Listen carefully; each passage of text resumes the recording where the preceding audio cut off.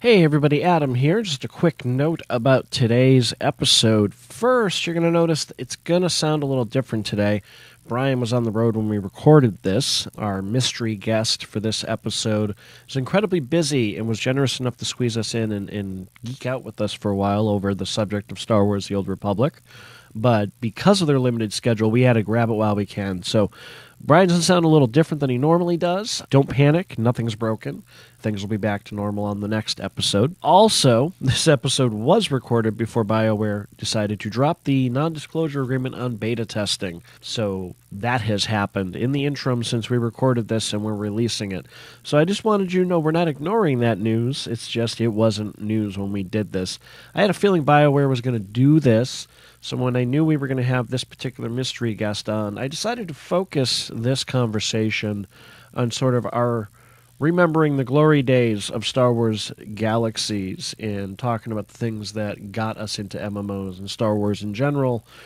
I think you'll enjoy it. It's a good conversation. It's a really great conversation. I actually really enjoyed myself with our mystery guest. So I'm going to shut up and let you get to the episode. Enjoy. This episode of the Cantina Band is brought to you by Alpha Dog Systems. Listeners of the show can get 5% off any desktop PC by entering the discount code CANTINA at checkout.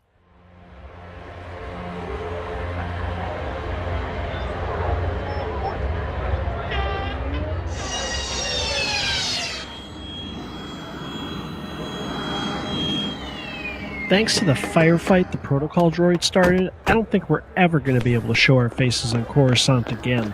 Change the scenery will do us good. Wait! Your protocol droid started the firefight! It was an accident! Nobody got hurt. I mean, not actually. Okay, except the Gamorrean, but that was because he set his own face on fire. Wow, it's crowded in here. Master, I would love to eliminate these meatbags for you. Will you let me, please? Oh, this is an assassin droid. The Jawa that sold it to me swore it was a protocol droid. That would explain things. Seriously? How did you not know that was an assassin droid? I'll deal with the droid later. I see a spot over there.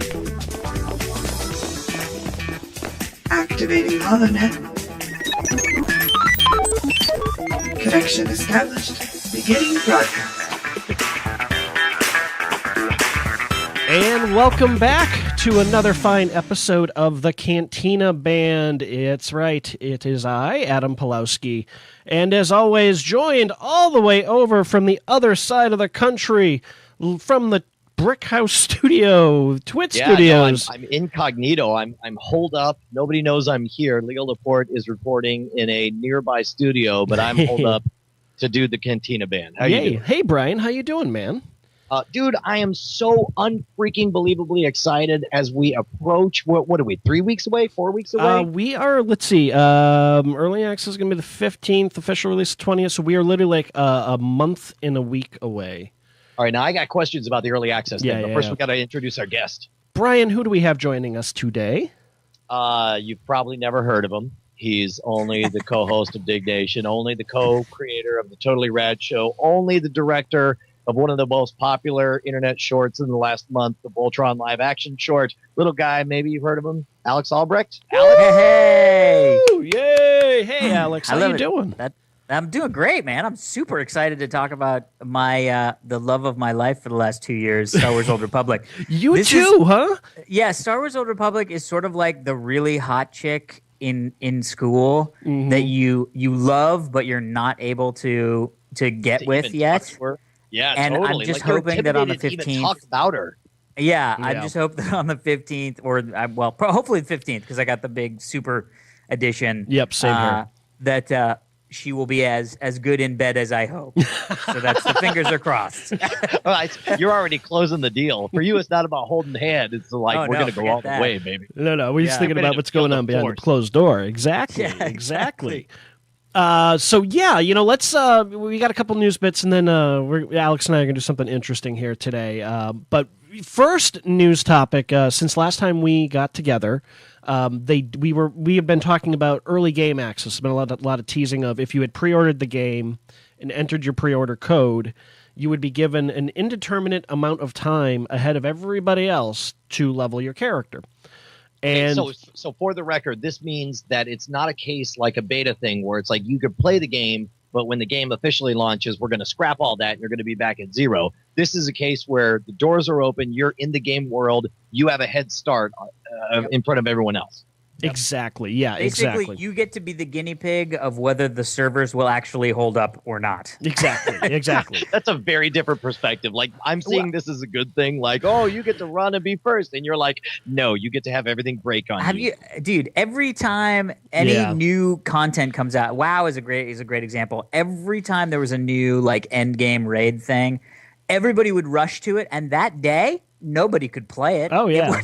It would never work. Yep. But I think for this it's super smart and everybody should be doing this. And I think they were able to sort of make it a plus where really what they're trying to do is they're trying to do a staged launch. Yeah. If they had said it comes out on the 20th, but we're doing a staged launch, everybody would have said, F you guys, we know you can't do that. But it was smart of them to say, this is when it comes out. But we're going to let people in early based on the order in which they, redeem their codes. But and this is very similar to what they did at World of Warcraft, right? Where it's like they didn't want to punish people for playing too much, so instead they rewarded you for taking a break when it came to your XP, right? Oh, right, yeah, I forgot about that. Yeah, yeah. So XP. So up until last Friday, not the Friday. We're recording this on November 12th, so about a little over a week ago. The Friday update was here. We're going to tell you, you could have up to 5 days early. So starting on December 15th, they're going to be letting people rolling in. So the way they're going to do this is it's going to be a first come, first serve on when you entered your pre-ordered code. So if you pre-ordered your game the day they announced it, but didn't enter your code until 2 months later. See, here's the problem. I don't know what I did or did not do. I know that I got a hold of the game early, but I don't remember entering any code, so I may not even be on this stupid list. Oh, for heaven's sake, Brian. Lord. You guys are like freaking noob. Yeah, I'm like, go, what are you Brushwood. doing? But I'm pretty sure I made sure you entered your pre-order code. Well, but that's the thing I wanted to know is how are you going to know based on this first come first serve of entering your pre-order code? Are they going to email you and say your date and time is X? Yes, they're going to email folks ahead of time that, all right, you're able to access on the 15th, you're able to access on the 16th, and you can start downloading the game now ahead of time, which is what I believe they've been doing with these beta weekends. They've informed people 3 or 4 days before they let you download it. Yeah. My big question is too, I bought the collector edition, which is a physical box. Are they going to allow? I mean, they have to allow me to download the game and get into the game early. Yes, and then the box will just come in the mail, and I'll go, "Oh, look, CDs." Oh yeah, and a pretty statue. Yeah, exactly. So, in my case, for example, didn't really want to deal with Origin. They didn't really give folks a lot of notice. Like I was expecting more of a rumbling. Hey, pre-orders are coming, and it really wasn't like that. Like it was literally like 24 hours before people started going. Best Buy may have just released the pre-order information by accident, and that's what happened. So like literally at 3:00 in the morning, Stephen Reed on Twitter, the community manager, kind of tweets out like at 3 a.m. Oh, by the way, this just happened, and it was a link to the pre-order. So I looked and I went, well, I want the physical box. I don't have the money to pay for it right now. I wasn't prepared for this financial, investment. So I went to Amazon because I buy from Amazon all the time, and I know when you pre-order, they don't hit your wallet right away. They charge you when they're ready to ship, not when you place the order. Oh, interesting. Yeah, so I hit up Amazon, and literally 5 minutes after the order went through, I got an email from Amazon saying, here is your early access game code. Be sure to go to your account on, Star Wars, theoldrepublic.com and enter this in, under your account page, and you'll be all set. So what I have seen traditionally, they haven't said specifically if you're waiting for a physical copy how that's going to I work. got to imagine, though. I mean, it's like we live in a different age Yeah. where it's Yeah. like physical media is very quaint to us right Well, now. And if usually- you're playing an MMO, surely you've got bandwidth to download it. Well, I remember, and I'm going to bust Alex's chops about this now. I was actually in your Star Trek Online guild for the whole month you Oh. guys played it.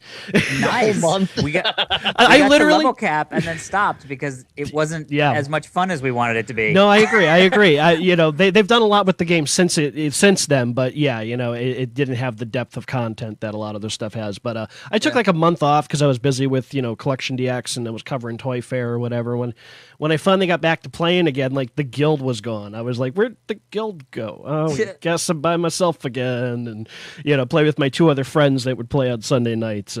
But what happened with that one was it was the same thing. If you pre-ordered, that one was we'll give you beta access and early access. And your pre-order code, same thing, got you access to beta testing, got you access to the early part. They gave you like a 5-day buffer zone between when the game was actually live and when they would shut you off if you hadn't entered a CD key. So I'm sure if you bought like a physical copy, and like someone like Amazon traditionally with movies, like you'll have the movie or the game on your doorstep day and date release more often than not, because a lot of these manufacturers and distributors work with Amazon to make that happen. So but the big thing is, day and date, I mean, it's not going to be on the 15th. No, it doesn't come out no, then, but you know what I mean? But the early access code that you should have entered when you pre-ordered the game to begin with. That's the other thing. You got to realize, like nowadays, we're more familiar with the idea that even after you install from the DVD or the CD, you're still going to have gigabytes and gigabytes of patches downloaded regardless. So in this case, you're just having all the assets downloaded. Yeah, you're basically, like Alex said, we're going to pre-download the game with the early access. They'll probably either give us, we'll have some sort of, buffer zone. So if your physical copy doesn't show up right away, and then once that shows up, you'll have to enter your keys to prove, hey, see, I physically own the game now. It's cool. And we'll never use those discs to actually install the game. We'll, maybe when you reformat your hard drive, because at the end of the day, what we're not talking about is the fact that the game is like 27 gigabytes. It's huge. Yeah. There's huge. A lot of people flipping out. So that kind of, so this is going to kind of lead into, the everybody gets beta. So there's a beta weekend going on right now as we're recording this. Everyone is losing their minds. It seems like they have invited more folks than ever before for this weekend. I'm seeing it all over Twitter. Let's be clear here. This is where the screwed up thing happens. People are excited like they're all being invited. Yeah, they're invited to the last beta weekend, which will happen at some point in the future. Nope, this is true too. This is true, but there is literally a beta weekend going on right now, and it's. No, I know, but this is what got so frustrating. I got invited to the beta because everybody gets invited. My buddy got invited, and we started sending these emails back and forth like, holy crap, this is going to be the best weekend ever. Where do I download it? Where do I download it? And it's like, oh, no. They just said, you've been invited to the last weekend. Yep. We're not sure when that's going to be. Calm down. And I was like, why is nobody writing this? It's almost as bad as the accidental thanks for playing the game email that they sent to everybody. Yeah. No, I agree. Okay, now keep in mind also, like this is the experience you have. And I opened up my Gmail so that I could see this because like literally yesterday I was super stoked because I got an email from the Old Republic community and it says, you have been selected to test Star Wars The Old Republic. Click on it. In all caps, you've been selected to test Star Wars The Old Republic with a big old fat exclamation point. Greetings, Schwood. Your account has been selected to participate in an upcoming beta test. If you previously tested, just wait for us to talk to you in the future and you'll get to play. It's cool. Yeah. So horrible. Why send that message out? Yeah. Why so I got that. I got the same thing and I had to look at it really, really, really carefully. And it was like, oh, okay. So what happened was, you're right. So beta testing going on this weekend, a lot of folks in it, and then on top of that, on Friday, everybody who has ever put in for beta testing on Star Wars The Old Republic got an email saying, hey, we're going to do one last huge... No, be clear. What the email said was, you've been selected at some point in the future. All right, you're right. So if you follow the links, I put in the show notes, they put a big announcement on the front page with more clarification on what's going on, and they're explaining that everyone who has ever put in for beta testing, we're going to have you in this last weekend to do what Alex was talking about at the top of the show, stress test the servers and simulate a live launch. So we've got to easily, when I was at PAX East, they said they had over 1 million people signed up for beta testing. Wow. I'm sure since then that number has gone up by 50% to 100, So they're looking at wanting to bring in 1.5, 2 million people in the course of a weekend, so when that's going to happen, they're not ready. They want to see how the results of this beta test weekend go. But I'm guessing probably the week before or the week after Thanksgiving is probably when they're going to do it. Now here's my question is, it sounds to me of all the negative stuff I've heard behind the scenes, and keep in mind, all of this is rumor and hearsay. Occasionally you hear somebody under a pseudonym posting who's in the beta program or whatever. Like, the only negatives I've heard, everybody respects the storytelling, everybody respects the narratives, everybody respects the gameplay, but everybody's worried about the smoothness of the launch with so many people wanting to play. This sounds like it's a very smart thing to do. The staggered release, getting people in early. It reminds me of for 3 years, I headlined over at Universal Orlando for their Halloween Horror Nights, and this is the kind of problem they had with the haunted houses, because you can only have so many people in any one haunted house at any given time. So it's all about managing expectations and managing lines to get people in. And perversely, by letting people in early, it reduced the overall load at any given time. It sounds like they're on the right track. But if you guys are going to guess, are you going to say that they've nailed it and we're good, or this is still so many people they're going to be hosed one way or the other? Well, see, here's the interesting thing. Now, folks who are in beta are under a non-disclosure agreement, not supposed to talk anything. But interestingly, last night, with sort of the weekend testing going live, Stephen Reed was tweeting out a lot of stuff that I don't think they would normally tweet, but we're so close to the end that he was drunk. We can verify he was drunk. Stephen Reed, were you drunk? Amazing. There was a lot of people, sitting at a queue, which from what I gather has not happened before in beta testing. Like, there were a lot of, all right, we know there's like a jam up of people trying to get in. We're trying to see what's causing it. We're going to tweak it. So they're definitely using these weekends as the test bed to make sure that by the time we are into, okay, we're paying to play the game now, they're going to have more than enough servers and more than enough instancing or whatever it is they're going to do to offset that. I think this is going to be great. I'm just glad everybody's going to get a chance to touch the game before it goes live.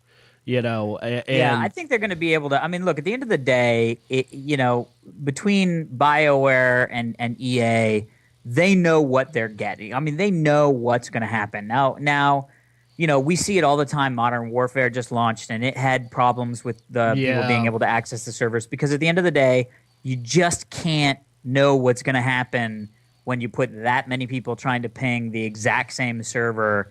And so I think it's great. I think the best thing that could happen would be everybody tries to log into the stress test and the whole thing just explodes.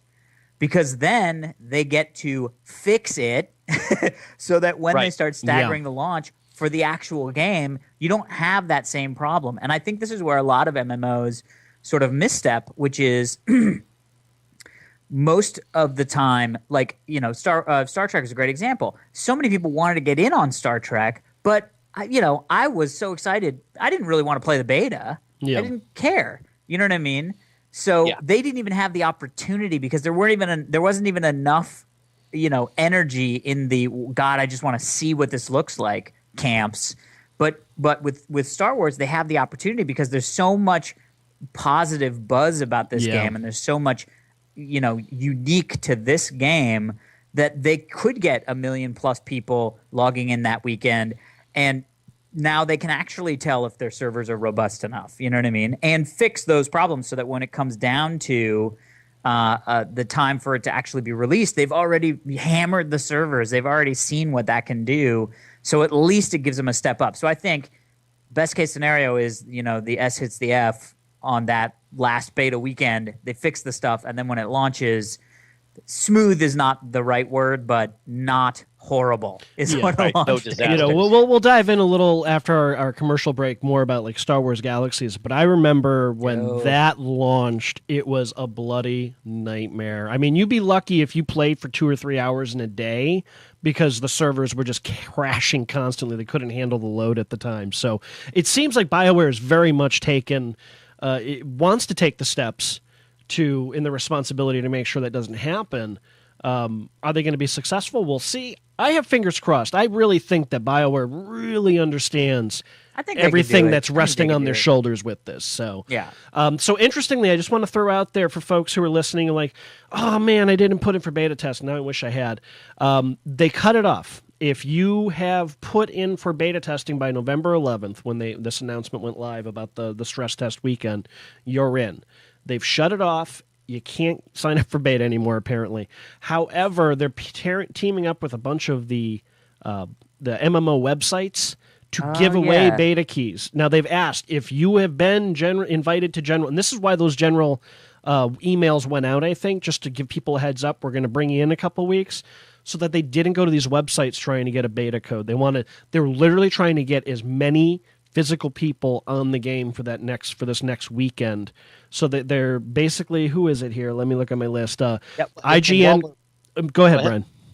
Oh, I was just going to ask, as far as how many people this is, I don't think we've discussed this yet. We only have kind of peripheral drippings on the sides of as far as hints as to how many people are going to end up playing the game. But if we know, you said that it's confirmed that 1 million people have signed up for the beta test? Yeah, and that was back at PAX East in March or April, Yeah. whenever that was. So I'm sure it has doubled with the hype building. I mean, that's amazing. And you got to figure... That's a fraction. That's a fraction of the people who are Yeah. actually going to try the game. Still, that even though it's a fraction of the people that are going to try the game, they might put it on one Blade server and see, how many people can log into one server at any given time and keep it stacked, and then they can figure out, okay, well, if we know we have this many pre-order, we know. The other thing I think that they did that's genius. I mean, this is the best, smoothest rollout of any MMO in the history of MMOs. That's clear. Yeah. The fact that you can create your guilds Yeah, online in advance. and that they will then roll all of those guild members onto the exact same server.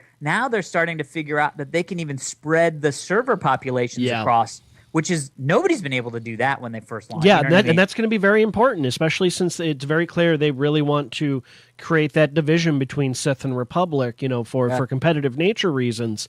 Server balance is going to be important. So it's almost here. I can taste it. I know that's I the cannot problem. remember the last time that I can remember several times there's been a specific game that I've been excited about, but I can't remember the last time there was a game that everyone I knew was excited about as this one. Yeah. And as afraid of, for their spare time. Oh, it's going to be. It's going to be so. It's just going to suck so bad. I'm already warning. I've already warned loved ones and friends. Like, you guys aren't going to see me for a while. Really. Oh yeah, you got to do that. Yeah, That's just- guys. that's just- Seriously, I'm That's falling just into being nice. I'm falling into the video game K-hole. I'll see you in a month. Bye. Video game K-hole. I love it. Accessing sponsored database. Advertiser. Before we move on to our next topic, Brian, we should probably take a break here to thank our sponsor. Now, hold on. You wouldn't be talking about our friends over at Alpha Dog Systems, would Of you? course I am. Oh my God, these guys are amazing. You're talking about the folks who build gaming PCs to order. They got every single desktop PC is built right here in the good old US of A with a free lifetime technical support on every desktop computer they build. Best BFFs ever. That's even better than our regular BFFs. Exactly. Our bestest BFFs. I've bought plenty of souped up machines. I've done have these guys build that hot rod computer for you. But man, does the service fall off after that box is delivered to your door. And these folks... gosh. And especially, when you get one of these joints that import it from the other side of the globe and you call it, and again, I understand the benefit of globalization and whatnot, but personally, I'd prefer that the moment I call someone, I understand what they're saying and they're speaking English. You want to change something, tweak something, you got questions about, hey, how do maybe I overclock that card, or should I you can get them on the phone and they're going to help you out with that, which is more than most retailers do these days. They got a wide range of systems. You got all the way to the portable Scorpio system, all the way up to the big old massive Aries with dual graphics cards standard. They come pre-configured or custom systems available. You know what my favorite part is, right? Would that be the discount code for listeners? Yes, we have our own discount code. Now think about it. You're getting yourself a high-end system. Yep. That's like, what, $2,000? Yep. You save 5%. You're talking taxes and shipping. Yep. Covered totally freezies if you use promo code Cantina at checkout. And they also want to let our listeners know that they have started a specials page specifically for the holidays. If you head over to alphadogsystems.com/specials, all their systems, the Scorpio, the Aquarius, the Aries, marked down. Oh my goodness! I'm seeing regularly, like the Scorpio, regularly $1,770, on sale for $1,549. Yeah, these are some really great prices, folks. Get over there and check those out. Specifically, One last thing. Yes. One last thing before we wrap up real quick. Keep in mind that these guys, a lot of times, some of these other joints will grab especially for parts that they think nobody's looking, like the sound card or whatever. They may get some second-rate OEMs or whatever. They use everything. It's all quality parts. No cheap parts. No subpar pieces. This is the kind of PC, if you had the expertise and the budget, you would build for yourself with your own hands. The only thing you're doing is you're having the quality folks over at Alpha Dog Systems handle it for you. Yes, absolutely. alphadogsystems.com, folks. Check them out. You like the podcast, you like what we're doing here, support the show by checking them out. Let them know you're looking. And seriously, go take a look. They got some quality stuff going on over there and some great, great prices. And we thank them for it. Thank you for the support, guys. Actually pretty surprising. It was in the show notes, and I started poking around because I've been looking into possibly getting a new computer for Star Wars. Well, and I'll tell you, it's one of those things. It's like, and I said this a couple of episodes ago. The whole window to the world. Games, For most video games, it's like, oh, well, I'd like to see it. And I don't know. I guess it's good to have it look pretty. If I've got high instead of very high or ultra, I'm fine. But with something like this, where we're planning on spending part of our lives there. Yeah, this is your window into another world. You want it to be as good looking a window as you can buy. So I just attempted to put a liquid cooling in my computer. Oh boy. It was technically, you would say, successful because the computer is currently on. Okay. But it is so freaking loud. I don't know what I did. I was like, I thought liquid cool meant quieter. And I was like, I gotta do something. This is bad. I'll bet you anything, Alex, the folks over at Alpha Dog Systems could help you out. So. Oh, dude. Love it. Thank you, guys. I'm going to use that coupon code. What am I going to You should. Please do. Please do. We now return you to your netcast.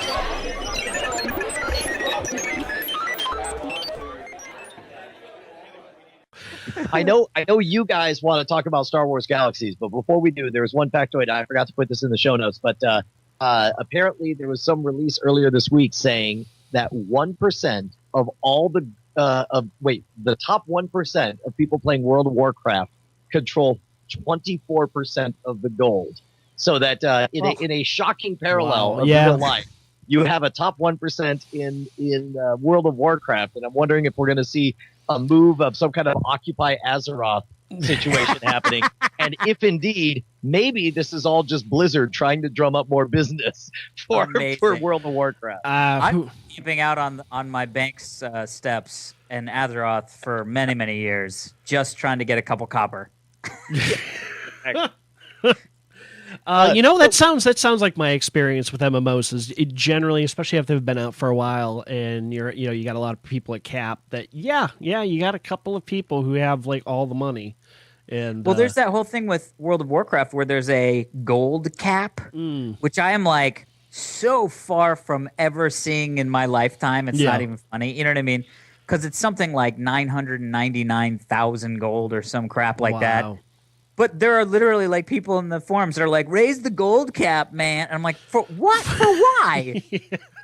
What do you need more than the gold-plated epic mount? Come on! You have every mount. Again, the longest term game I played was Star Wars Galaxies, and I even towards the end of the life of the game, when I had everything I wanted, was geared the way I wanted, and I still, I was comfortable, but I wasn't like, oh my god, I got so much money I can just buy whatever I want. It was like I didn't have to worry about buying stims. This is so odd for me to hear you talk about Galaxies like it's some bizarre middle class lifestyle that you led. You're like, I was comfortable. I wasn't rich. Yeah. I had all the paintings that I wanted, but not the best paintings. So I guess we should officially move into this. What I had termed the eulogizing Star Wars Galaxies. There's been a lot of there's a lot of history with this game, but for a lot of us, at least myself, it was the MMO that really got me into MMOs. Me too. It is. I mean, it was the first MMO I ever played, and it is still to date some the top tier experiences that I had within an MMO happened in Star Wars Galaxies. Both for the game itself, but more importantly, I have some very vivid memories of adventures in running heroics and doing stuff with the community, with people, with friends, with people in my guild. It was one of these games that I've never seen anything quite like the community that built around this game.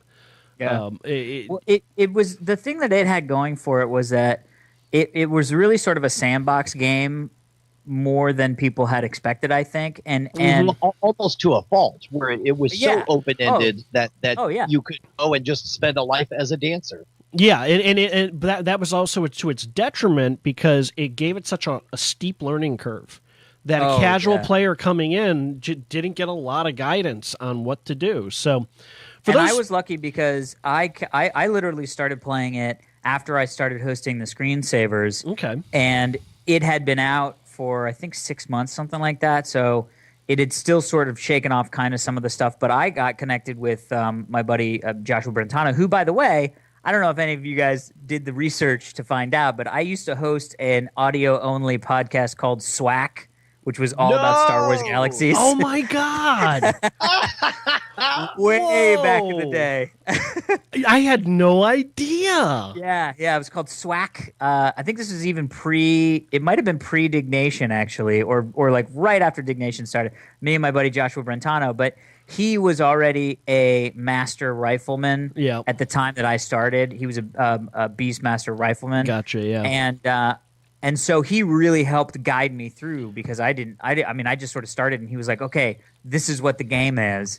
And God, there were so many different experiences. And this is what has got me really excited about Star Wars Old Republic, was just having those little hints of the childhood experiences of watching the movies of Star Wars. Mm-hmm. Yes.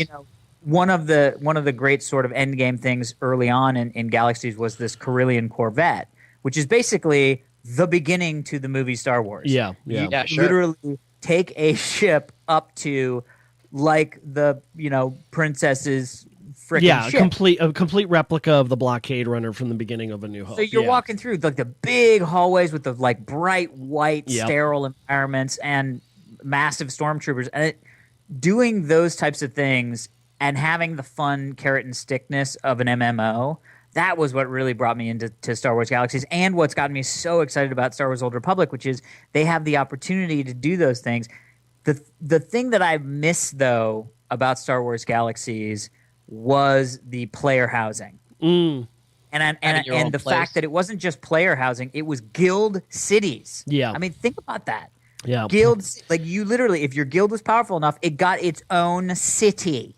And That's you could awesome. literally have like people flying in and out of your city. You could have people coming in to buy goods or, hang out in your town, and you would get like money go into the guild bank. 10% of the income would go into the guild bank if people use the vendors. You know what I mean? It blew my Alex, tell me mind. this, because one of the senses I get from Adam is this weird kind of guilt about falling in love with Star Wars: The Old Republic, and as if it means you're disrespecting how great Galaxies was. Do you feel any of that? I don't. I think because I've revisited Galaxies, I've even revisited Galaxies on the sort of like pirated, pre-NGE servers. Yeah, I have friends who were trying that, and they're like, it's not as good as they remember, Yeah.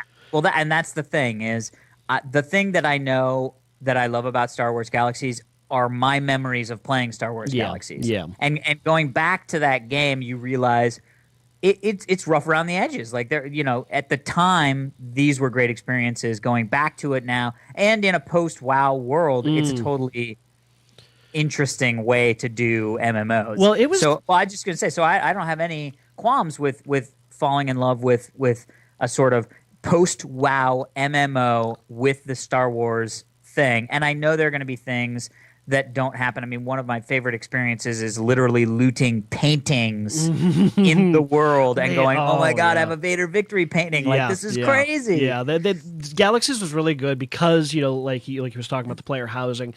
It didn't start with a lot of loot and a lot of knickknacks and a lot of trinkets. They moved in that direction when players were very quickly like, "Where's the content?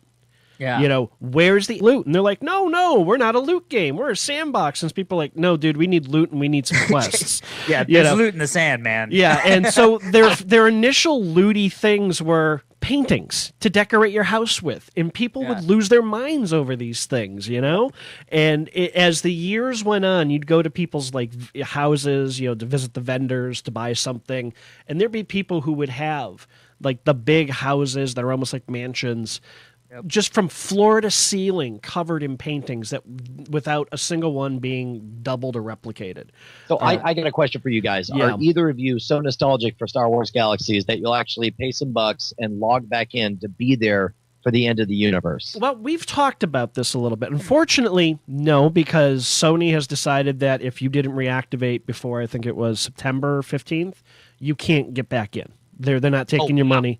You're shut out. So interesting. Yeah, because dumb. They should sell pay-per-view tickets, be there for the once in a lifetime. Well, it gets more annoying than that, right? So to answer the question, what happened with me, Alex, was the game originally launched June 26, 2003, and it was just a core ground game, 10 planets. About 6 months, it was about a year later, actually, October 27th, 2004, they released the space expansion, which added the space stuff to it. Yeah, which is when I got around to it because it was in October of 2004 that I started hosting the screensavers. Okay, all right. So and Jump to Lightspeed was being prepped, and so we had the guys from like one of the community managers on the show. We played. One of our LAN party Thursdays was Star Wars or Star Wars Galaxies. And that's when I started getting into it. Gotcha. So.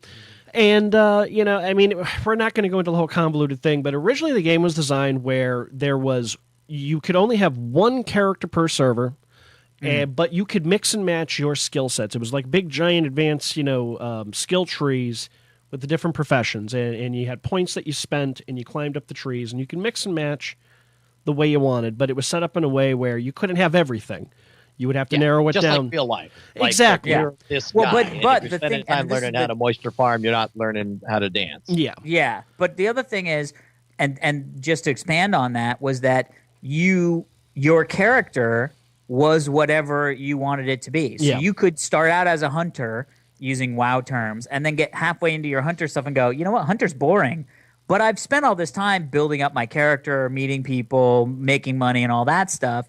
I just want this character to now start being a level 1 rogue. Yeah, and that you were able to do that. And that was my favorite thing. And that was the thing I hated the most about WoW. That was definitely the advantage. And in hindsight, knowing everything we know about the game now and knowing how the Jedi Unlock system went, it was a beautiful idea. And it really was cool to be able to, hey, I want to try Bounty Hunter. I want to try, Marksman or whatever it was. And you're right. I want to try Entertainer. You didn't have to roll and start over, and it wasn't, 15 alts. It was one character doing it all. Yeah. And that was the other big deal about the game was it was on the package. It was kind of marketed as if you're really careful and special, you could unlock a Jedi character. And that was the big carrot on the stick for a lot of people was if you did certain things and it was unknown what those things were, you would unlock a second character on the server that would be a Force sensitive that you could then level as a Jedi. Right. So this didn't happen as quickly as they thought it would. They're like, well, people are close, but they're not quite getting it, so we're going to help them out.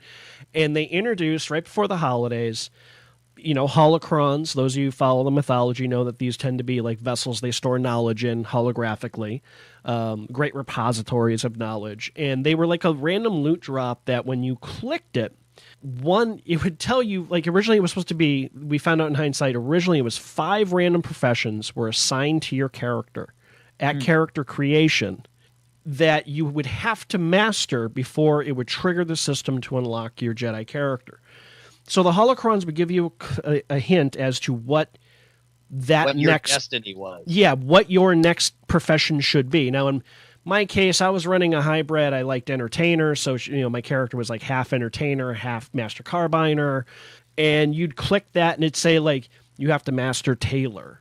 So you'd master tailor, get to master tailor, and then you would find another holocron, hit that, and it would tell you you have to master a creature handler, and it would tell you 4 of the 5, leaving the last one for you to figure out on your own. And yes, there were plenty of people who literally leveled every single profession in the game to unlock Jedi. I mean, that's like saying if you want to be a Jedi, you need to get to level cap in WoW 24 times in a row. Yeah. I mean, that's so crazy. It is such a time sink. So, and that went on for about 6 months or so like that. And it turned the game upside down, turned the economy upside down. People who had been dedicated crafters, well known for making, whatever, this weapon or that weapon, suddenly dropping these things and becoming entertainers and creature handlers so they could unlock Jedi. And it was just became the Michael this Jordan syndrome. Everybody's walking away from being number 1 in basketball to go start being a nothing in baseball. Exactly. Yeah, and it was very amazing. much it. And so I think, so the developers of Sony realized, this might not have been a great idea. A lot of folks saying, I would prefer if I had some sort of, quests to pursue in a more structured fashion, this unlocking the Jedi thing. And so that's what they did. They revamped the whole system, and they made it more of a class quest series that you would unlock that led you to a Force-sensitive village on Dathomir, where it was still the equivalent of the same kind of time sink. It just didn't require you to turn your character's template upside down. It was more of go talk to that NPC, take their quest.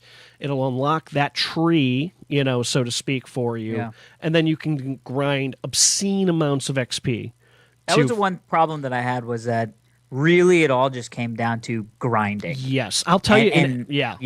Alex, that's my biggest I issue. still to this day, and I kid you not, I have a knot in my shoulder. From the grinding, there was a whole little system, kind of a bug in the gameplay, where you could milk layers that the creatures came out of indefinitely by using grenades and then backing away from the spawn and making it respawn. And I literally it was over the course, so we had a combat upgrade coming. No, just again, for the record, this is something you're nostalgic for. This is something you loved. Was this? This is why I have no qualms to be. System. That's kind of what that's why I'm kind of with Alex. It's more I feel guilty that I'm losing friends that I have played with for years that are mad at the Old Republic and now mad at me because not only am I going to play it. You're part of the enemy. You're hosting a podcast. That's just it. You know what I mean? I'm hosting a podcast. I'm sure we got some big guilds going. I'm so beyond diving in on this, bigger than I ever did on Star Wars Galaxies. That's where my hesitation and guilt comes from. But you're right. Yeah, no. These I could not do that again, and I would not do that again. And it was just at a particular time in my life where. Between relationships, it was the good diversion I needed at the time. I couldn't do it again. Let me kick this over to both you guys, because obviously both of you have a deep affection for what Star Wars Galaxies was, and you guys are aware of what its limitations were and what the problems were. But how is it in your mind that you have prepared yourself to say, okay, this is okay that it's all different doing the Old Republic? Well, I think for me, it's... like I said, first off, Star Wars Galaxies is my first MMO. Yeah. Now I've played 5. Yeah. You know what I mean? Yeah, I'm Maybe kind of with more. you. Yeah. Same. I'm same as you. So Alex. so I have a different experience expectation from an MMO. So this is like a new girlfriend, but she's going to dress up like your first. It's sort of. Yeah. You know what? Yeah. It would be like your first girlfriend having blonde hair and blue eyes, all of your subsequent girlfriends being very nice girls without blonde hair or blue eyes, still good on their own right, and then you meet like the smoking hot young new blonde hair blue eyed chick. Yeah. There's some nostalgia there because you're like, oh yeah, I remember blonde hair blue eyes. I like that combo. You know what I mean? Yeah, no, absolutely. I'm the same way. It's like the idea. I was ready for to do it, so I do. In order to answer this, I got to back this up. So, everybody who pays any attention to MMOs knows that they had the combat upgrade in April 2005. They came out with an expansion, Trials of Obi-Wan. They added Mustafar. Everybody bought the expansion on November 1st. 2 weeks later, they launched what's called the new game enhancement. Sorry, everybody. The game that you've been playing, that's a turn-based MMO and a traditional tab targeting. Yeah, it's a first-person shooter now. Oh yeah, remember like the 32 professions? Yeah, now they're 9. Oh, and by the way, Jedi is a starting class now. You're welcome, everybody. Yeah, and you start with a class, and that character is that class for the life of the character. Yeah, it felt in the long run. Doing that did help them balance the game and ultimately create content around more of a traditional MMO group dynamic type of thing. But it was a painful thing to those who were playing the game, and it's a lesson learned by, I think, everybody kind of points to that, and even if they don't mention Star Wars Galaxy, goes, yeah, no, that's an example of what you don't do to your paying customers. It's how you lose people. But so also, it was right on the heels of the success of WoW. Yeah, they were trying to keep. Really felt like they just went, we're just going to slap all the things that WoW does onto this game that is nothing like WoW. Yeah. Instead of letting it be its own unique thing, they did indeed try and we got to pigeonhole this into and it drove players away in droves, and I was one of them, and I was very angry. And it's like it was the first time I ever dealt with. Wow, I invested all this time into this game, and wow, they just effed me in the butt.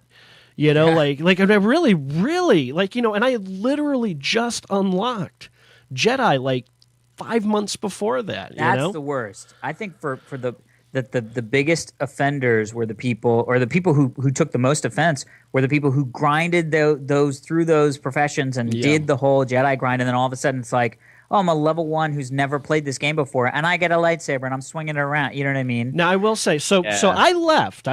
And I was like, F that. I'm never giving Sony my money again, but it was my first, and you feel the sirens call going back, and I'd go back. I'd pop in every 3 months, and it'd be like, wow, there's no one here, or I can't find groups for this content. And then after that first experience, every time you go back there, it's an empty room. It was for a while, and then what happened was about 2 years ago, I fell back into the game, and at that point, the team who had broken the game had left, and the people who were left behind tried to fix it, patch together, make it as good as it could be for what it was, and that's where they introduced endgame content. And I found myself falling into a guild with some old veterans who had returned as well. And that led to a year and a half period of really enjoying the game in a way I had never enjoyed before. And I will say, Alex, you're absolutely right. I felt so burned having unlocked the Jedi and then have them. And my reward for unlocking the Jedi was, well, we're going to give you an Elder Robe. That's your armor. And you can turn into a Force Ghost. Now, the Force Ghost thing was cool. And I will say, once you got over that, and when I was back in the game later on, having that Elder Jedi tag over my head did feel pretty special. Yeah. It did, because there would be a lot of people who were like, how do I get that Elder Jedi? You can't. I unlocked in the old system. How do I turn into a Force Ghost? You can't. It's something only I can do. And they stuck to their guns to the day the game closes. Yeah. Nobody else is, getting the Elder Robes, the Force-sensitive Ghost, those little... In the scheme of things, they're purely cosmetic, really. But still... Yeah, at least it was something for your time. But yeah, so ultimately what's happened is the lack of content and direction over the last couple of years. I think, honestly, they just gave up behind the scenes. I'm sure. I mean, is there any question about that? I mean, once they saw the new hotness coming in. And that's just it. Rumors started happening. So, I just love that they kept saying, no, this is not. There's room for 2 Star Wars MMOs. Yeah, I know, and everybody was like, no, there isn't. Who is talking? But it creates a confusion in the marketplace. Yeah, where definitely. I want the new Star Wars game, and if say Sony's pushing Galaxies at the same time they're trying to sell Old Republic, Yeah. and someone Right. buys that and plays And that. we discussed this before. This Yeah. is a case where the difference is that they were both being made by Sony. If there was competitors, then you better believe they would have held on to it for as long as they possibly could. At the end of the day, when I went back about a year and a half, 2 years ago, had a lot of fun. Really got a chance to, for the first time in any MMO, really become like an end game player. We could do those heroic runs in 2.5 hours. If I was with like my good crew, the people who are just like, we're going to speed run today. We're going to see how quickly we get through these. And I love doing those. Took a break. Life's busy, working on Collection DX, doing this, doing that. And then I pop back in. Hey guys, sorry I've been gone for a month. Just things been crazy. Right. And just watch the population falling away very, very, very quickly. And eventually you're like, yeah, I'm ready for a do-over. Sony was never really great at adding compelling content to the game. It was very grind-heavy, even at the end of the game. Even in these later days. Still a lot of time invested. It suffers from, I think, from what I hear, WoW's like this, where new friend joins the game. Hey, man, it's great to see you. Here's some credits. I'll help you out with a couple bosses. So here's how, where to get your missions from the mission terminals. Here's how to follow, like, the legacy class. And we'll have fun. We'll see you in, like, 6 weeks when you get the cap. And then the game really starts. Yeah. That's That's no WoW. fun. That's totally no fun WoW. for anybody. And that doesn't make it easy for people to join you. BioWare, we're hoping, and I think, from what I've seen and experienced, at these different events, is that they're bringing that story element right out of the gate, and that's going to be different and something I've wanted from day one. And that, to be honest, that really is going to be the big heads and shoulders difference between Star Wars Old Republic and Star Wars Galaxies, was that Star Wars Galaxies had no story. I mean, the stories were like, you go up to a little droid and a little thought bubble pops over his head, and there's some text in there. Yeah. And that's it. You know what I mean? And from what I've played with Star Wars Old Republic up till now, at PAX and E3 and all those different experiences, because they've a lot of the game is playable, especially at I think it was PAX that was the most recent. Yeah, they were letting people like play the Origin worlds. Yeah, they were just like, hey, start a character. PvP, and we played for like an hour and a half, just start the character, and I was like, I'm already so in love with this game. Because I have a desire to play it, to know what happens, as well as all the other MMO stuffs, as well as the wanting to level, get the next skill, get better gear, look cooler. You know what I mean? Yeah, I'm with you 100%. I'm with you 100%. And it was something that I always felt Sony didn't do really well. It was always my complaint. They kind of had the theme parks thing for a while, but it just didn't. Yeah, just but you know what? Honestly, doing the Rebel theme park, boring. Go here, kill those guys, and then and again, loot was not a real focus of the game till many years later. That the stuff you would get, other than I remember when it was the cool thing was, I finally got a painting. Yeah. The rest of it would be like, here's a weapon you really can't use. Here's a helmet you're never going to really use. You're just going to drop in your house. So that is one thing that I'll say that I'm a little worried about with Old Republic is how they're going to handle the aesthetics of the loot. Because one of the things that they've been very clear about is that you're not going to see people with this sort of hodgepodge mix and match armor stuff. There's going to be like these iconic looks you're going to carry throughout the game. And that's cool, but at the end of the day, it's like, and maybe there's going to be a lot of them. But one of the things that I love about not so much Star Wars Galaxies, although it was really cool when they got into the Mandalorian armor and all that stuff that was really hard to get. Oh my God, dude, don't even. That's the one thing awesome. I never ever did was actually get Mando armor for my commando. I had like a helmet and a bracer. Yeah, it was like the saddest bounty hunter in the planet. No, and it was last time I was in game. One of my friends who is really really entrenched in the community and is mad about Old Republic and doesn't want to come over.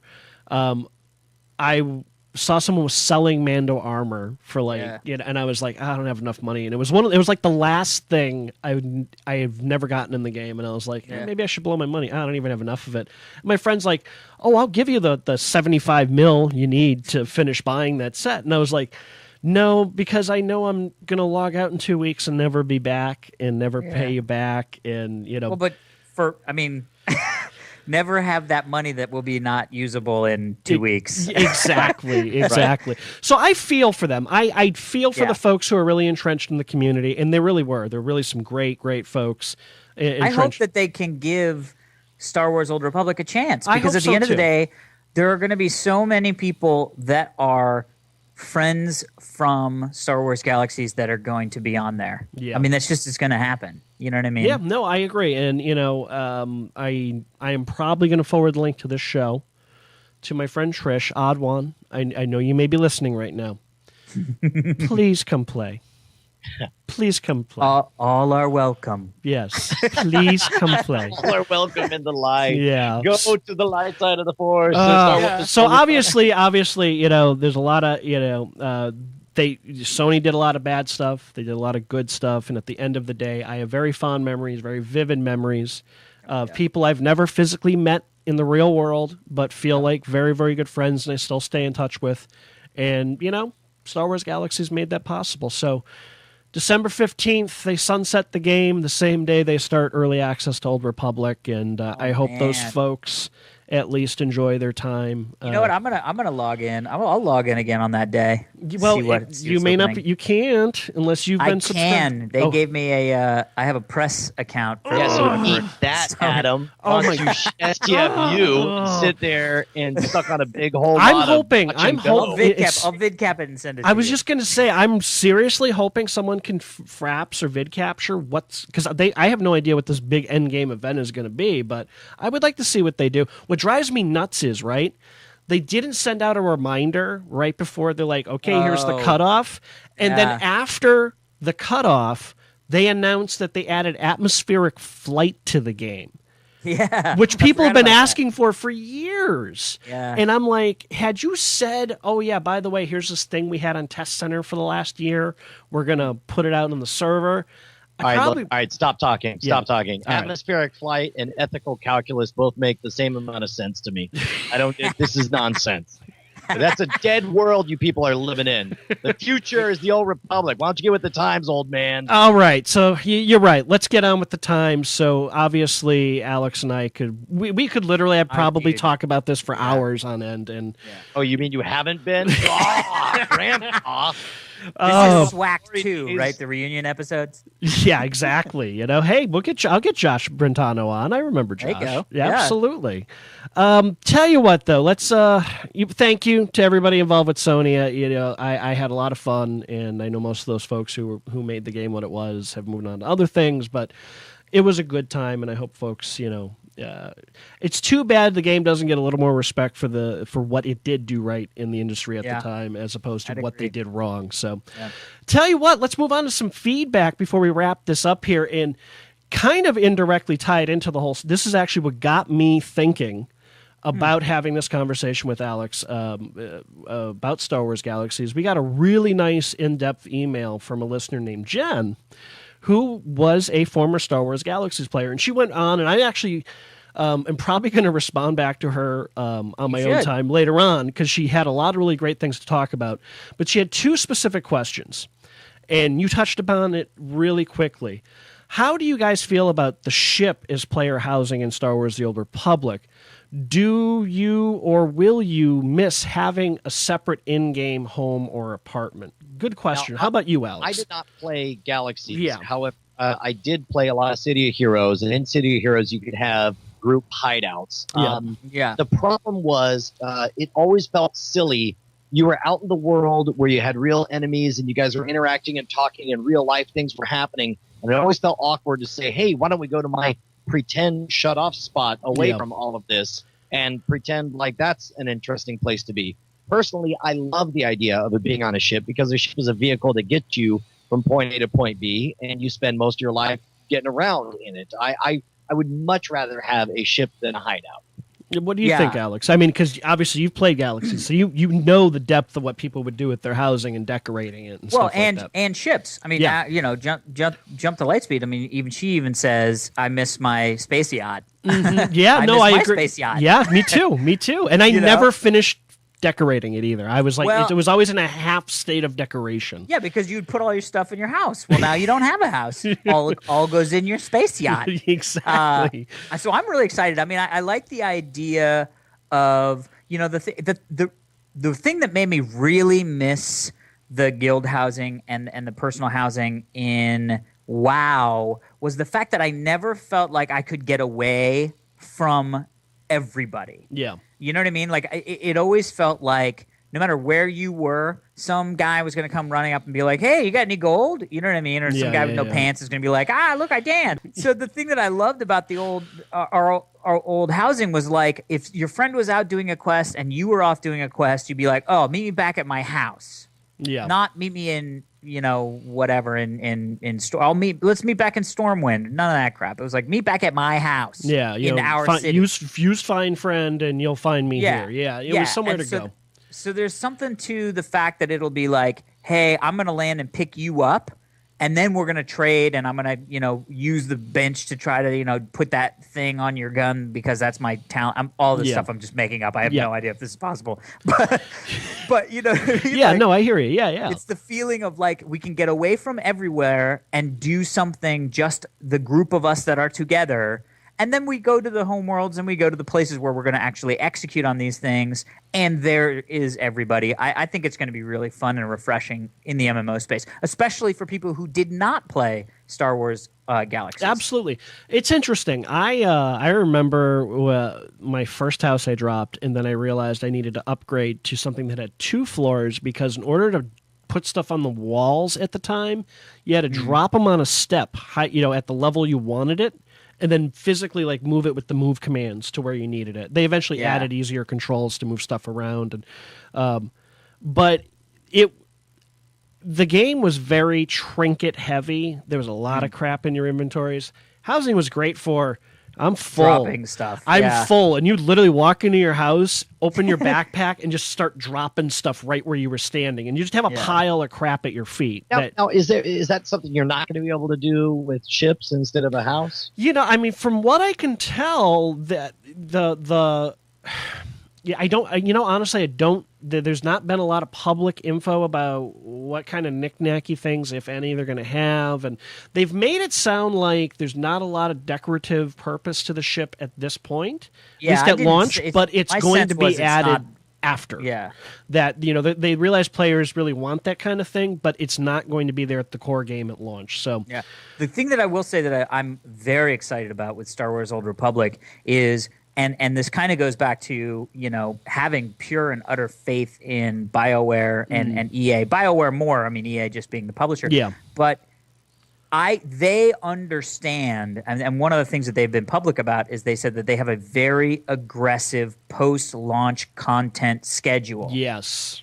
And that, to me, is where I think they're really going to shine, because it seems like from playing builds 2 years ago or a year and a half ago and playing builds 3-4 months ago, they have really surprised me at how much they take into account what the players want and what they're saying they don't want in the game. Yes. I mean, they're not changing everything, but, you know, I was surprised at how much they're taking that into account. So I think, you know, if enough people are in those ships at launch and going, man, God, it would be so awesome if I could just have a couch, they're going to start throwing that stuff in again. I think that they're going to be very in tune with what people are doing, how are people playing the game, and they're going to adjust accordingly. And I have a lot of faith that they're going to really maintain this game going forward, especially with content. I agree.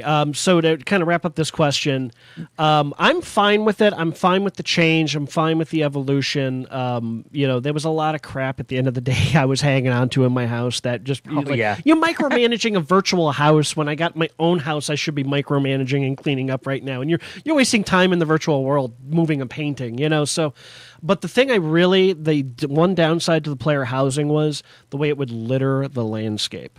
You know, I mean, not everybody was always good about, this thematically fits the area, you know. I mean, towards the end, like, there were literally people dropping like Kashyyyk tree Wait, houses. are you seriously complaining about the urban sprawl in a Yeah, virtual? dude, you'd be in the middle of yeah. you'd be in the middle of Tatooine, like this beautiful like no man's land, and then suddenly there's like just a No, sprawl. see, like to me, I'm like the more mishmash, the better. It's like, to be honest, I want to see. You haven't structures seen that the don't outside of belong to the Mos Star Wars Eisley. universe. You haven't seen the I'll outside put of it- Mos Eisley. It was a mess. It would be, and like I said, it was a lot of stuff to micromanage. So I'm fine without that in the new game. But she did go on to say that I would definitely like to see at some point like instance apartments. I would love to have an apartment on Coruscant where I could look out on the balcony and watch the the vehicles go by and all that stuff. I didn't even think about instance apartments. That's actually a really smart idea. Yeah, like something like Padme had, like this beautiful like scene, like decks and scenery that you can look out over the city. That would be cool. So I'm sure they're going to add it, something of that nature down the road. Other question she had real quick, I want to how do you guys feel about multi-passenger vehicles? This was something that Galaxies had, they had speeder bikes, one-man, two-man vehicles, and we even had things like the Desert Skiff, which would actually hold 8 people. At one time. She's asking, would you hope to see something like that implemented in the future in Tor? It's so obvious to me that would be awesome that it never occurred to me that it wouldn't be in there. So, So they haven't shown a whole lot about the vehicle. So if it's not there at launch, I'm sure. Well, but also, like games like WoW have implemented multi-passenger vehicles now. I mean, it's sort of has become this kind of like, how do you do the thing of, we have to go to this quest and I have to pee. You know what I mean? Like, slash follow only works so well. Yeah, this is true. You know what I mean? This is true. So I think that it would make sense that they'd do something like that. And I mean, Star Wars is a perfect way to do it. I mean, they had to really bend the logic rules in WoW to be like, I guess, giant elephant that has like a mastodon that has an extra seat, I guess. Exactly. Whereas with Star Wars, it's the whole thing is that the universe of Star Wars is so. I mean, you get everything. You can have the banthas that are just basically big walking woolly mammoth type creatures. Bantha. I love my bantha. I had a bantha. I freaking love my bantha. I my love favorite my was bantha. my Rancor pet. I had a Rancor pet. Never had a Rancor pet. Were you one of those guys with like 4 or 5 of them? Yeah. Yeah. I hated those guys. Yeah, it's super fun.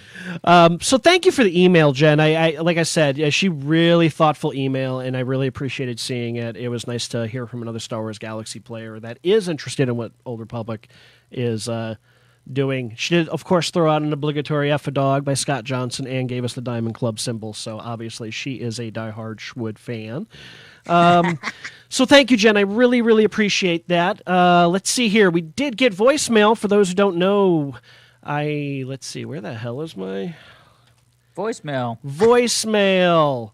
That's right, guys. You can call the show at 1330-TCB Talk. That's 822-8255. It's Google Voicemail. And this came in from John in Seattle. Scott Johnson. How's it going? Love the show. This is John in Seattle. I'm an avid Scott Johnson Frog Pants listener, as well as Brian Brushwood listener. I know that you guys had stated in the post, I don't think you guys have ever stated it in an episode, though, of the fact that Brian Brushwood's guild and Scott Johnson's AIE guild are basically joining forces. I'm just kind of wondering how that's all going to play out in the game, how we're going to be doing that. Also, too, I'm not quite sure if they've actually talked about realm lists as of yet. I know that's to be coming soon. I just don't know how soon that's actually going to be coming as soon as the game comes on December 20th. Thanks. Have a good day. So I had to listen to that twice to figure out what was he saying. He was asking about realm lists and whether the servers. I thought he was talking about rum, and I'm like, I don't know, but rum sounds awesome right about I could now. go for some rum. Yes. He was asking. So yeah, for those who don't know, I meant to bring this up on the last couple of shows, but things have been so crazy with Brian's schedule and getting our guests on that I've forgotten it. For those who heard our 0 episode, you had Scott Johnson on, and we talked about possibly, because they're going Sith and we got both sides, and I'm very pro-Republic, about allying at least so we could all end up on the same server. So because we ended up having very similar philosophy as their guild about don't be a dick, you can be cool with people, we can be a guild of mixed interests. And I ended up meeting with the AIE guild leadership, and we all hit it off. They're all super cool people. So what this really meant is that we flagged in the pre-guild system that our Sith guild is an ally and our Republic guild is an adversary. So in theory, quote unquote, fingers crossed, we should get all put on the same server together. So that, at least we know, we're helping tip the personality of the server with people that are like-minded. Speaking of which, who is your Alliance Guild? Our Alliance Guild is Diamond Club. Yeah, but we're all PvE, and I know you guys are hardcore, so you're doing PvP, right? Well, we're going on to a PvP server. We did this with WoW. We started on a PvE server. I hate PvP. I hate it. I don't do it for fun. But there's something about playing on a PvP server that makes you feel more of the animosity between the two sides. I keep hearing this from people, and I'm of the mindset that I'm much more. See, again, it kind of comes from those years. I'm swayed by this argument because Adam is hardcore PvE, but I don't know. The more I hear about it, here's the thing. I don't know. Maybe we want to go PvP. Well, because here's the thing. Like I said, I hate PvP. I never do any of the things or anything like that. But you get that thing of when you're out questing and you start seeing the red dots, you leave. You know what I mean? Which is what would happen if you were part of the Alliance and all of a sudden a bunch of stormtroopers came by. You would go the other way. Yeah.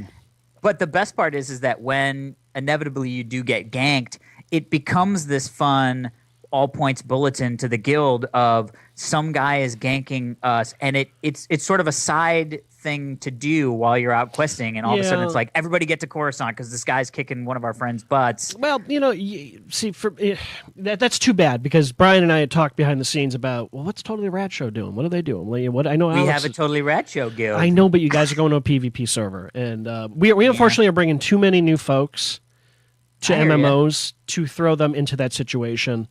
Who are you? So what's the other one? Is hold on, not safe for Wookiees. It's Diamond Club on the Republic side and not safe for Wookiees on the Sith side. Because we are adversaries to the not safe for Wookiees already. Yeah. But again, we'll probably not be on the same server. Yeah, it does. It says not a server match. Yeah. Different time zone and different server type. Yeah. So unfortunately, I don't think that's going to work out. Here's the thing. I'm all for, you're going to be able to flag up, just flip a switch and go, PvP ready anywhere you are in the game when you're on a PvE server. I just don't like the idea of somebody roadblocking what I'm planning on doing that night on my way to content, potentially. And, it's just, I'm going to have plenty to do already if I want a PvP. So much of what they're doing seems to be objective-based war zones. That open world PvP, I really don't want to deal with it myself. So that's too bad. So anyway, to bring it back to this voicemail, that's what that is about. And, we're sure that there's going to be, we'll have events. We'll probably do some world PvP stuff with these folks for those that like it. We've got folks in our guild who are into PvP. We got folks that aren't. And so that is what, we're going to let the game launch, see how, people start leveling, getting where they need to be. And it just gives us a chance to have people of the same and opposite faction, to have events and do things together and competitive wise. And so and we're really happy about that. I'm really excited about that. I've been interacting a lot with some of the guild leaders over there, and they've been really, really cool folk. Thank you so much for the voicemail. I appreciate it. Folks, don't be shy. Call, let us, drop us a note. Let us know what you think. Share your thoughts. Ask questions. So before we wrap this up and we let Alex plug and Brian plug, we do read some of the positive 5-star reviews folks have been leaving. I want to start reading the negative ones. No, we don't. We don't want to. We don't want to give them an excuse to leave the negative ones. Leave us negative voicemail, but leave us positive iTunes reviews. So I'll tell you what. I'll grab this first one here from Pen is Mightier. Each co-host keeps you interested in the subject at hand. Short and sweet and to the point. 5 stars. Nice. And the other one I picked out here is Chris the Burge. The podcast has me incredibly excited for this game. So don't be shy, folks. Please, head on over to iTunes, subscribe to the show, and leave us a 5-star review. And I think that's going to make a show. Alex, again, Thank you so much for coming on. It's been really nice to talk to you, geek out over Star Wars Galaxies with you. Dude, thanks for having me. Are you kidding me? What would you like to promote? Well, Dignation's coming to an end. I know, by the way. Really sorry to see you end that. Yeah, it's 6.5 years No we've been kidding. doing it. We've had new content once a week for 6.5 years. That's amazing. Yeah, and so we, Kevin and I have kind of started doing other things, Yep. and I think the fact that he lives in San Francisco and I live in Los Angeles has finally caught up to us after 6.5 years. Yeah. So that's going to be coming to an end. We have a big, massive live show in Los Angeles on the 30th. Breaks my of heart. December. Breaks my heart. I've never been able to make it to a live Diggnation show. So, Well, it's one of those things, as we said in our sort of press release. Kevin and I are both like-minded people. I'm sure there'll be a situation where in a year or two, somebody somewhere, some great P.T. Barnum type character says, "Why don't you do one last live show?" and So charge there $5 may be- million for it. No. Yeah, so there might be some other opportunities, but And I presume Totally Rad Show is still going to continue strong for you. Yep, Totally Rad Show is going great. And you can see both of those, Diggnation.com or TotallyRadShow.com. And you got some really cool stuff in the pipe, got some scripted stuff in the pipe that we're working on. I think the success of the Voltron live action short that I wrote and directed. Very good, by the way, if you haven't checked it out. Thank you very much, yeah. It's called Voltron The End, and it's on YouTube. You can just search for go Voltron check that The out. End. Take the time to check that out, folks. Alex That's really only 3 did something. minutes. Yeah, he did something very cool with that.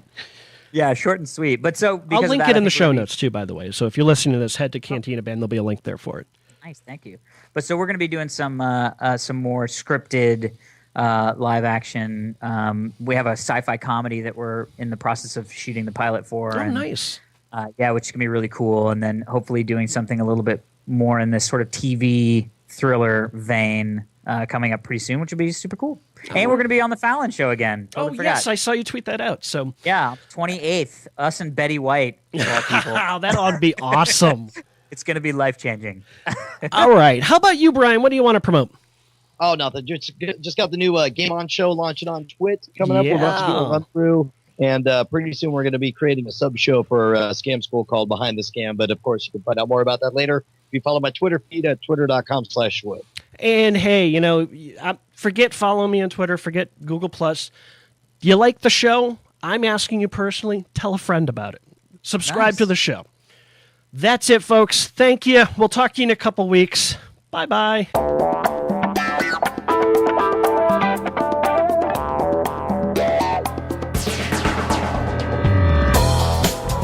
Hey, we don't serve their kind here. What, who, the droids? We can make them wait outside. No, the droids are fine. But you two will have to wait outside. Okay. Why don't you meet out by the speeder? We don't want any trouble. See, I told you we'd get thrown out. And this happens to you often, I take it. Dude, we didn't even set anything on fire this time. Fine.